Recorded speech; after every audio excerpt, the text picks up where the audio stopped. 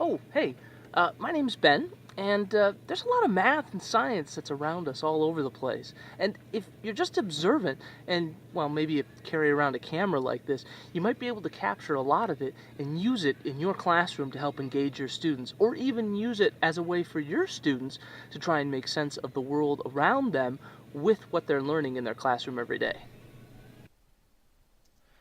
Traditional word or story problems typically aren't that engaging, and they quite often don't have any real-world application to our students.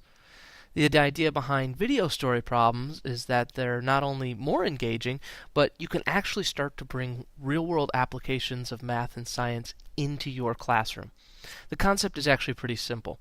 Basically, get some video cameras, add some students, and you can create some really excellent student-driven learning experiences. In other words, rather than relying on the content and the resources that are in your textbooks that might not be very applicable to the real world, we're going to use resources from the real world and pull them into your classroom, not only to engage your students, but also to offer them something that's a little bit more applicable when they leave your classroom. So for example, if you were to go to the supermarket and here's some green peppers, 2 for 99 cents. That's an excellent opportunity to talk about fractions or even to bring in some science content, talk about eating healthy and what good foods are.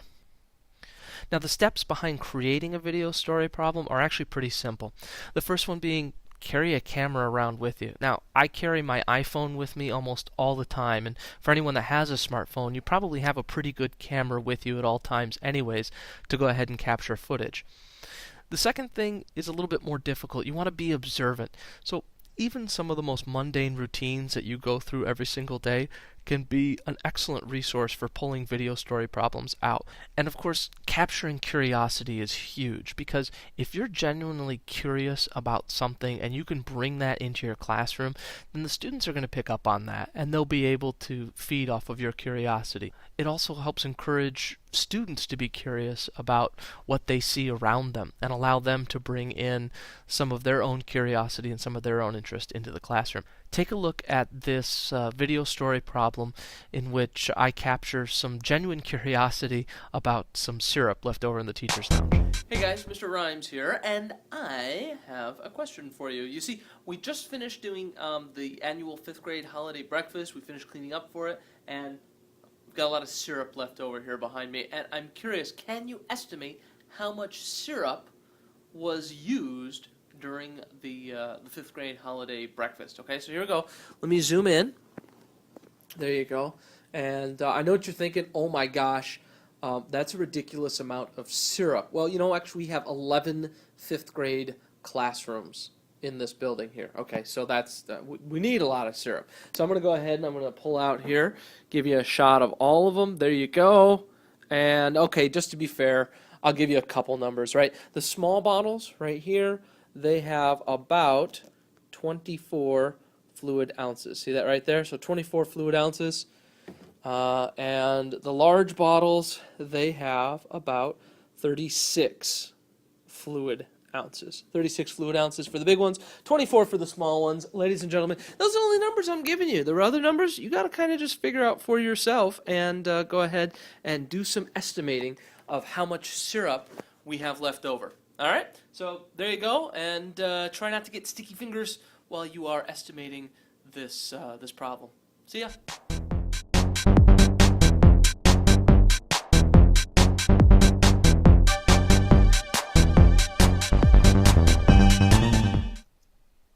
Now, not everybody's going to be able to follow these 3 steps. So, there's another way of setting up a video story problem.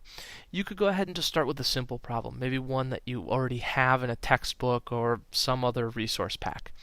Then get the students to write a script about it. Think of it as a way for them to do a little bit of reader's theater, putting on a skit, or maybe putting together something that's going to help other students better understand a concept.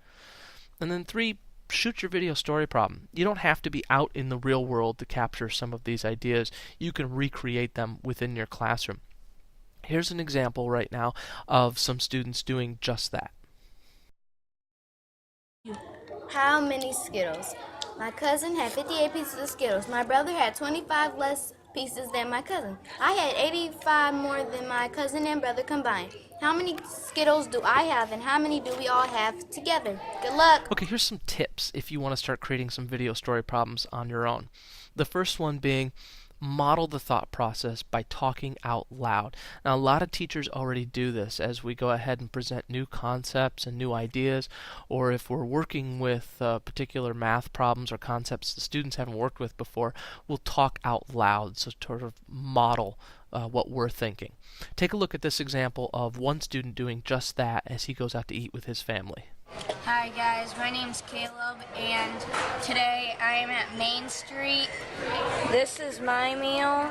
It is the fajita. This is my sister's meal. It's a wrap.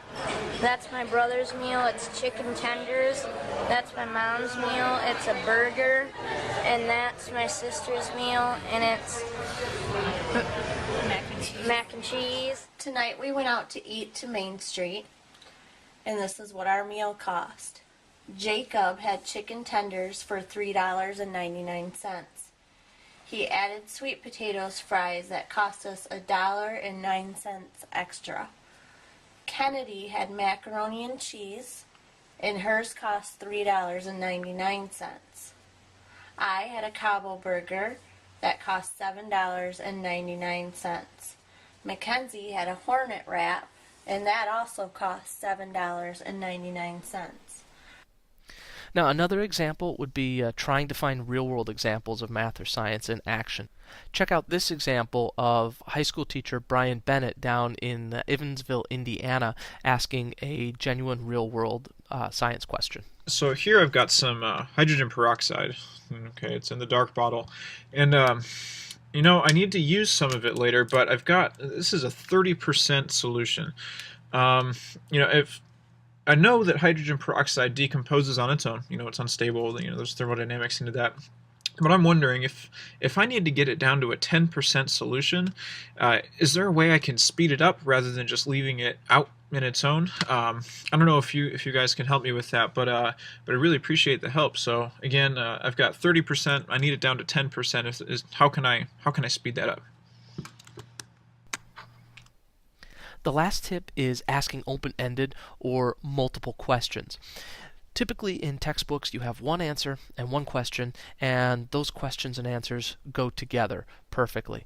But in the real world it's not always that easy. Sometimes questions lead to other questions, or sometimes answers that you arrive at cause you to go back and rephrase the original questions. Here's an example of an excellent video story problem by students in Tyler Hart's third grade classroom down in Virginia.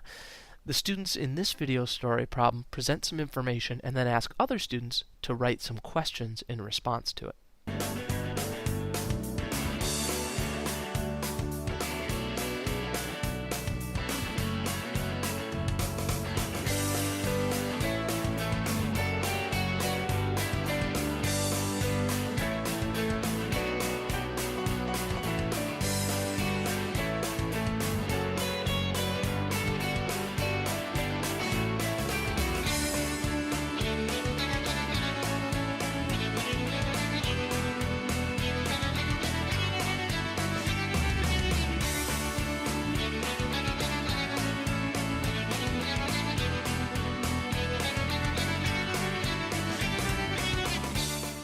The most important thing about the video story problems is the ability to share. Now, you can certainly share within your classroom, but it's much more powerful to take these videos and share them online. The first place that you could go to is YouTube. Now, I like YouTube because it's going to give you the biggest audience. Now, but I understand that in a lot of school districts, YouTube is blocked, and it's not always going to be a viable way of sharing your videos. I actually use Vimeo, partially because it is unblocked in my school district, but also because it's much less commercial than YouTube. There are no pre-roll commercials or advertisements. There are no little advertisements popping up on the videos. All of the advertisements on video are link advertisements, and they're over in the sidebar. So your video is all about your video. A lot of schools also use SchoolTube. Now this is a free video service, and the nice thing about this is that all of the video content that goes up there is all moderated. So whatever you put up there, someone else from your school district has seen and approved, so you don't have to worry about anything inappropriate getting up there. This would probably be the safest way to share your video story problems. You're not going to have as big of an audience as you would on Vimeo and YouTube, but again, some school districts rely heavily on that safety aspect. Now, the last thing I want to share with you is about the video story problem channel itself. So like I said, I have an account on Vimeo, and I actually started a channel called the Video Story Problem Channel, which I'd like to show to you right now. This is the Video Story Problem channel on Vimeo, and the reason I created it is because I was looking for a way for all of these teachers and students that were creating video story problems to sort of celebrate them and put them together. So we use this channel as a way to share all of our videos and easily bring them into our classrooms. So if I scroll down here, you'll see that even though I created this channel, you'll see over here there are 11 moderators, and we have teachers from all around the country, from Michigan, Indiana, Virginia, and several other places that are contributing to this video story problem. Currently there are about 83 videos. There's a nice little shout box here where people can go ahead and comment about the videos, and it's really easy to just simply scroll through all the videos on the channel and watch them. So if I decided that I wanted to see one of these video story problems from Mr. Osborne's class, I could click on it right here. It's going to pop up right here in the video, and I can go ahead and watch it with my students. Now, if I'd like to, I could even click on the title of this video, and I could go leave comments if I have a Vimeo account. This is something that some of the classrooms actually have started to do. They leave comments about how they solve the video story problems or ideas about how to make some of their own video story problems. If you're interested in getting involved with the video story problems, and I hope that maybe you've got a couple ideas that have inspired you to try some, go ahead and check out my blog, www.techsavvyed.net.